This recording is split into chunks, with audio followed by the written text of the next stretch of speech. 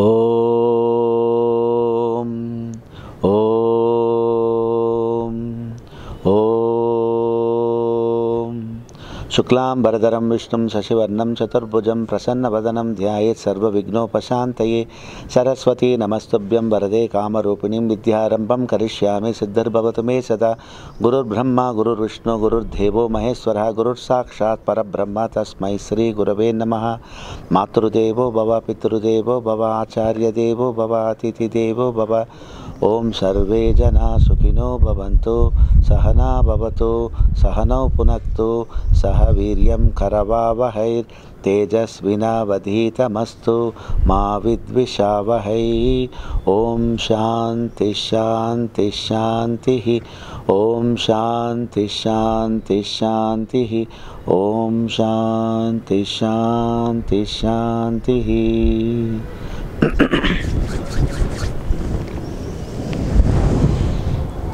ఆద్య TV ప్రేక్షకులందరికీ నమస్కారం అండి. ఈరోజు 18వ రోజు నాది.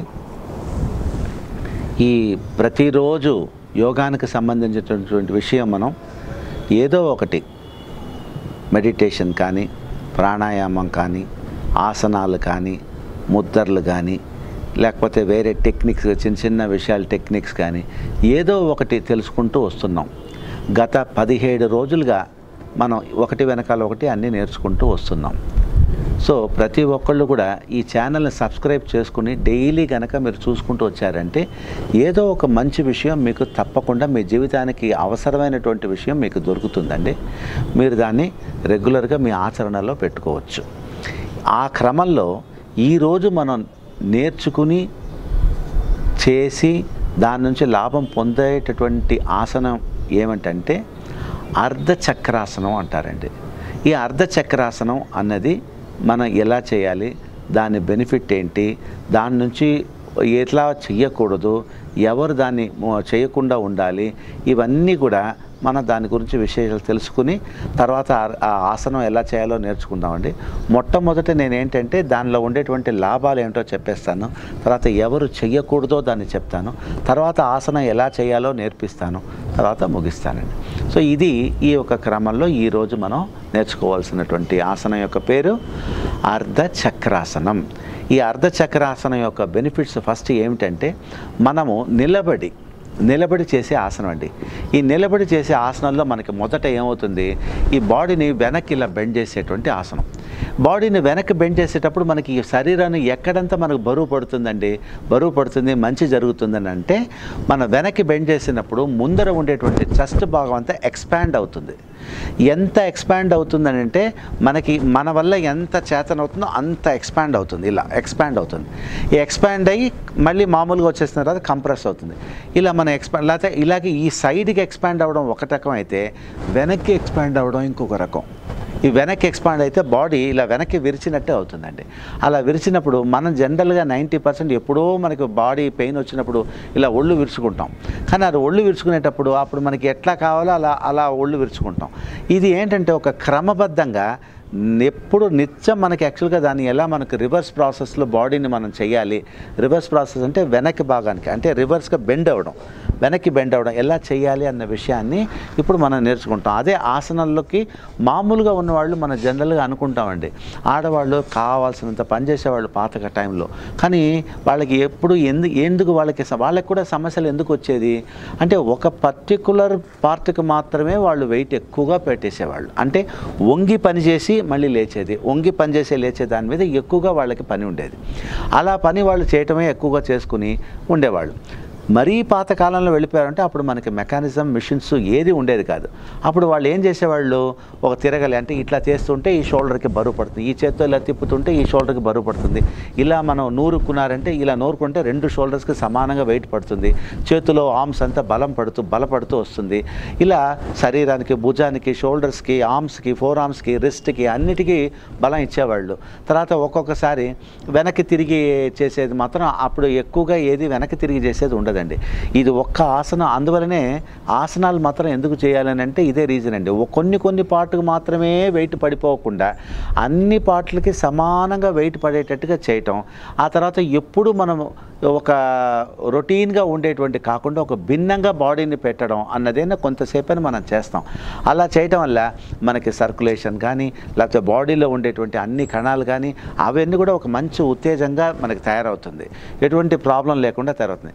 ఇటు వెనక్కి విరవడం వల్ల ఇవంతా స్పేస్ ఎక్కువ ఏర్పడి అప్పుడు లోపల ఉండేటువంటి మనకు ఆర్గన్స్ ఏదైతే ఉన్నాయో మన హార్ట్ కానీ లంగ్స్ కానీ కడుపులో ఉండేటువంటి ఇంటెస్టైన్స్ కానీ small intestines, big intestines, pancreas, తర్వాత స్ప్లీన్ అన్నీ కూడా గాల్ బ్లాడర్, కిడ్నీస్ ఇవన్నీ కూడా ఒకసారి ఇట్లా ఒత్తి మళ్ళీ వదిలేసి ఇలా చేయటం వల్ల అది మనం బయట ఉండే ఎక్సర్సైజ్కి ఎలా చేసేటప్పుడు ఎలా అవుతుందో లోపల కూడా అలాగే మనం దాన్ని ఒకసారి చిన్న ఒత్తిడి ఇచ్చి మళ్ళీ రిలీజ్ చేసి ఒత్తిడి ఇచ్చి రిలీజ్ చేయడం వల్ల అది రీయాక్టివేట్ అయ్యే అవకాశాలు ఉంటాయి కనుక మనం ఈ యొక్క ఆసనాలు అలా చేసుకుంటాం.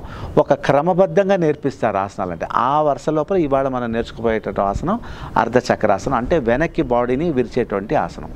ఇది ఎంత ప్లస్ పాయింట్ అంటే మీకు ఆల్రెడీ ప్లస్ పాయింట్స్ అన్నీ చెప్పుకుంటూ వచ్చాను. ముందర ఉన్న భాగాలు మొత్తం అన్నీ కూడా ఎక్స్పాండ్ అవుతుంది. ముందర ఎలా ఎక్స్పాండ్ అవుతుందో అలా మామూలుగా మళ్ళీ మీరు వచ్చి నిలబడేసరికి స్ట్రైట్గా నిలబడేసరికి వెనక్కి భాగం కూడా అది కూడా చక్కగా నిటారుగా స్ట్రైట్గా వచ్చేసే కార్యక్రమం వస్తుంది. అంటే ముందు భాగం ఎక్స్పాండ్ అవుతుంది, వెనక భాగం కూడా మనకి రిలాక్సేషన్ ఇస్తుంది. ఈ రెండు భాగాలకు రిలాక్సేషన్ ఇస్తుంది. రెండవది ఈ వేస్ట్ దగ్గర మనం వెనక్కి ఇలా బెండ్ చేసి ఉంటాం కనుక ఈ వేస్ట్ భాగంలో ఉండేటువంటి ఫ్యాట్ ఏదైతే ఉందో ఆ ఫ్యాట్ అంతా కరిగిపోతుంది. మన పెల్విక్ రీజియన్ లోపల ఇటు పక్క ఉండేటువంటి ఫ్యాట్, ఇటు పక్క పెల్విక్ రీజియన్లో ఉండేటువంటి ఫ్యాట్ ఏదైతే ఉందో ఈ రీజియన్లో ఉండే ఫ్యాట్ అంతా కూడా కరుగుతుంది. సైడ్లో ఉండేటువంటి ఇక్కడ సెంటర్లో వేస్ట్లో మధ్యలో ఉండేటువంటి భాగంలో ఉండేటువంటి మనకు ఫ్యాట్ కూడా మెల్లగా కరుగుతూ వస్తుంది.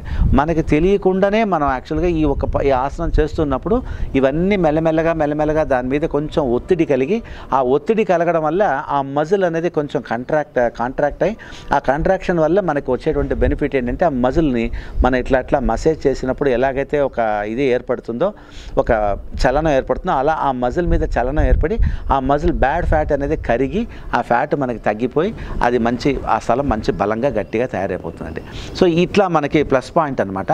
ఓవరాల్గా కూడా మనకి బ్లడ్ సర్క్యులేషన్ బాడీ లోపల చక్కగా ఇక్కడ నుంచి ఇక్కడ వరకు బ్లడ్ సర్క్యులేషన్ మనకి చక్కగా నడుస్తూ ఉంటుంది. అమ్మా ఆల్రెడీ మీకు చెప్పాను 3 నిమిషాలకు మన హార్ట్ నుంచి మనకి మెల్లగా కిందకి వెళ్ళి మనం మళ్ళీ పైకి ఇలా రావటానికి మనకి 3 నిమిషాలు పడుతుందండి.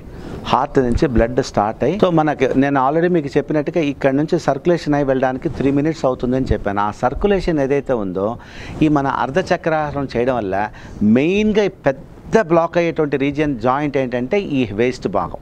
ఈ వేస్ట్ భాగం ఒకటి, నెక్ భాగం, ఈ 2 భాగాల్లో మనకి యాక్చువల్గా స్టక్ అయ్యే అవకాశాలు ఉంటాయి బ్లడ్ సర్క్యులేషన్ ఎక్కువగా.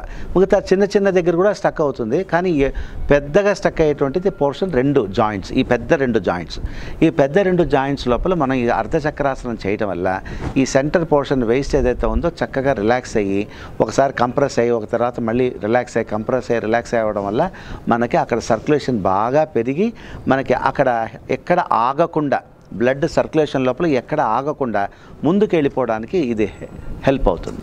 సో మనం దాన్ని ఇది చేసుకుని ఈ అర్ధచక్రాసనం ఎలా చేయాలో నేర్చుకుందామండి.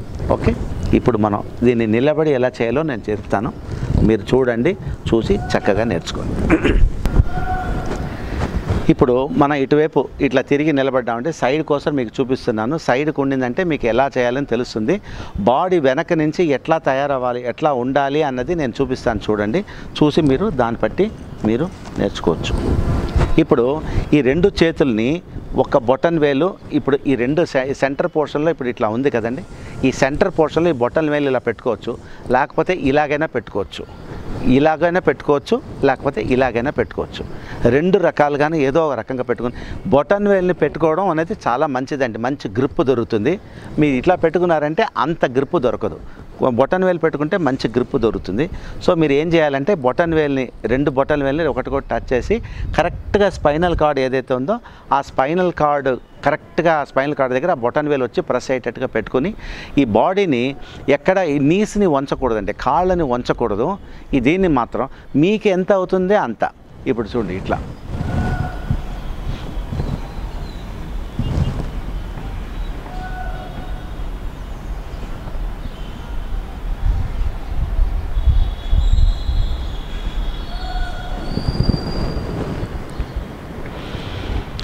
ఇప్పుడు ఇది వంచేటప్పుడు ఏంటంటే యాక్చువల్గా మీరు వెనక్కి వెళ్ళేటప్పుడు ఒకసారి గాలి పీల్చుకుని మళ్ళీ నార్మల్గా వచ్చేసరికి వదిలేయాలి. అక్కడ మీరు ఎంతసేపు నిలబడి ఉంటారో నిలబడి ఉన్న సేపులో నార్మల్గా బ్రీతింగ్ పెట్టుకునడం మంచిది. ఇట్లా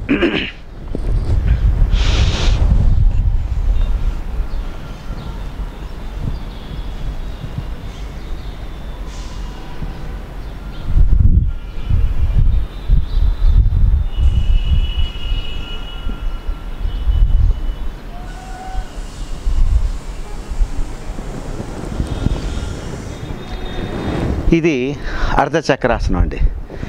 ఈ అర్ధచక్రాసనంలో మనకి ఇంకొక విషయం మీరు గమనించి ఉండాలి. ఇది వాచ్ చేస్తున్న వాళ్ళకి చెప్తున్నాను, గమనించి ఉండాలి. ఏమిటంటే మనకి ఒక స్థిరత్వం ఏర్పడుతుంది. ఏ ఆసనం అయినా సరే స్థిరం సుఖం ఆసనం అన్నారు కదండి. నిలబడి చేసే ఆసనాలకి మనకు కావాల్సినటువంటి బలం, స్థిరత్వం.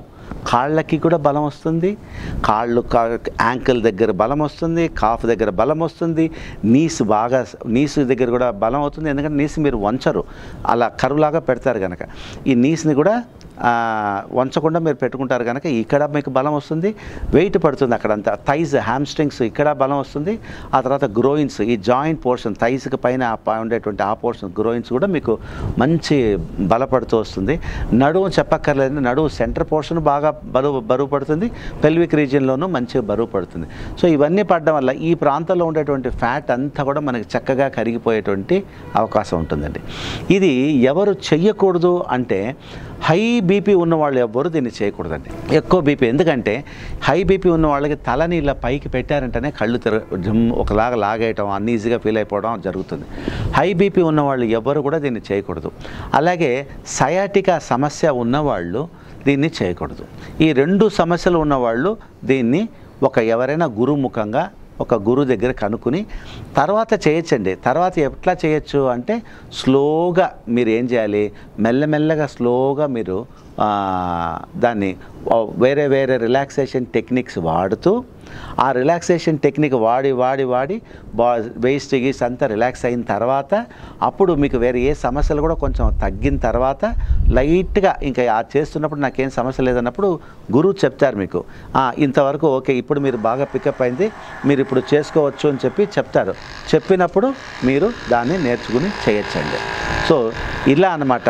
ఈ ఒక ఆసనం ఎప్పుడు ఎవరు చేయాలి, ఎవరు చేయకూడదు, చేయటం వల్ల లాభాలు ఏమిటి, అందరూ కూడా ఇది యాక్చువల్గా చేయొచ్చండి. నేను ఆల్రెడీ మీకు చెప్పాను.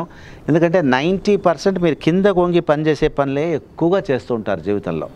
వెనక్కి వంగడం అన్న పాయింట్ మన జీవితంలో 90% ఎవరికి రాదు. ఒకవేళ పని వచ్చిన వాడు వెనక్కి ఇలా పెట్టుకుని ఏం పని చేస్తాం, ఏ పని కోసం మనకి వంగుతుంది, చాలా తక్కువ వంగుతుంది. అదే మన వీళ్ళు పొలాల్లో పనిచేసే వాళ్ళకి మాత్రం కొంచెం వరకు అది వర్కౌట్ అవుతుంది. ఎందుకంటే వాళ్ళు పైన చెట్టు మీద ఏదైనా అందుకోవడమో, లేకపోతే కట్టెలు తీసుకుని తల మీద పెట్టుకుని వాళ్ళు వెళ్ళేటప్పుడు ఇలా చేయటమో, పైకి ఎక్కేటప్పుడు కొంచెం వెనక వైపు మీద బరువు పడడం, ఇలాంటివన్నీ కొంచెం వాళ్ళకి పడుతుంది. బట్ అవన్నీ ఎంత పడినా అవన్నీ స్ట్రెయిన్ ఇచ్చేటువంటి విషయాలు. కానీ ఇది ఏమిటంటే స్ట్రెయిన్ ఇస్తుంది, కానీ అది ఒక సుఖమైనటువంటి నొప్పిగా ఉంటుంది. అది మీరు ఇష్టపడి చేసేటప్పుడు అది మీకు రిజల్ట్ ఇస్తుందన్నమాట. అంటే రిలాక్సేషన్ ఇస్తుంది. ఆ నొప్పి కలిగి ఉన్నట్టు ఉంటుంది, కానీ రిలాక్సేషన్ దొరుకుతుంది. అది అర్ధచక్రాసనంలో మీకు ఉండేటువంటి బెనిఫిట్. సో ఈ కంపల్సరీ ప్రతి ఒక్క మనిషి, ఆడ కానీ మగ కానీ ప్రతి ఒక్కరు కూడా అర్ధచక్రాసనం డైలీ. కానీ ఆసనంలో కొంతసేపు ఉండాలండి. ఏ ఆసనం అయినా మనకి ఫలించాలంటే కొంచెంసేపు ఉండాలి. సరే ఉండాలని చెప్పారని చెప్పేసి మొదటి రోజునే ఎత్తుతూనే మీరు ఎక్కువసేపు చేసేయడం చేయకూడదండి. బాడీకి చిన్నగా ఫస్ట్ ఇలా బెండ్ చేసి మళ్ళీ వచ్చేసి, మళ్ళీ బెండ్ చేసి మళ్ళీ వచ్చేసి, మళ్ళీ బెండ్ చేసి వచ్చేసి అలా చేస్తూ తర్వాత కొంచెంసేపు ఆపి, తర్వాత కొంచెం స్ట్రెయిన్ అనిపిస్తుంటే మళ్ళీ వచ్చేసి, మళ్ళీ కొంచెంసేపు ఆపి స్ట్రెయిన్ అనిపిస్తే వచ్చేసి, ఆ తర్వాత ఇంకా కొంచెం ఎక్కువసేపు ఆపగలుగుతాను అన్నప్పుడు ఆపి, అప్పుడు అలా మెల్లమెల్లగా మీ యొక్క పరిస్థితిని బట్టి మీరు దాన్ని పెంచుకుంటూ రావాలండి. అలా పెంచుకుంటూ రావడం వల్ల మీకు స్ట్రెంగ్త్ ఎక్కువ అవుతుంది. ఎప్పుడైనా సరే మీరు అదే ఫోర్స్ఫుల్గా చేసినప్పుడు దాని మీద లోడ్ పడి అక్కడ ఉన్నదానికంటే ఎక్కువ సమస్య అవుతుంది. అందువల్ల ఒక పద్ధతి ప్రకారంగా క్రమబద్ధంగా మనం నేర్చుకున్నప్పుడు ఏదైనా విషయం అది మనకి చక్కగా మన రిజల్ట్ ఇస్తుందండి, ఫలితం ఇస్తుంది. సో ఆ క్రమబద్ధంగా నేర్చుకునే దీని లోపల ఈరోజు మనం అర్ధచక్రాసనం నేర్చుకున్నాం, తెలుసుకున్నాం. ఎవరెవరంతా చెయ్యాలి, ఎవరు చేయకూడదు అన్నది తెలుసుకున్నాం.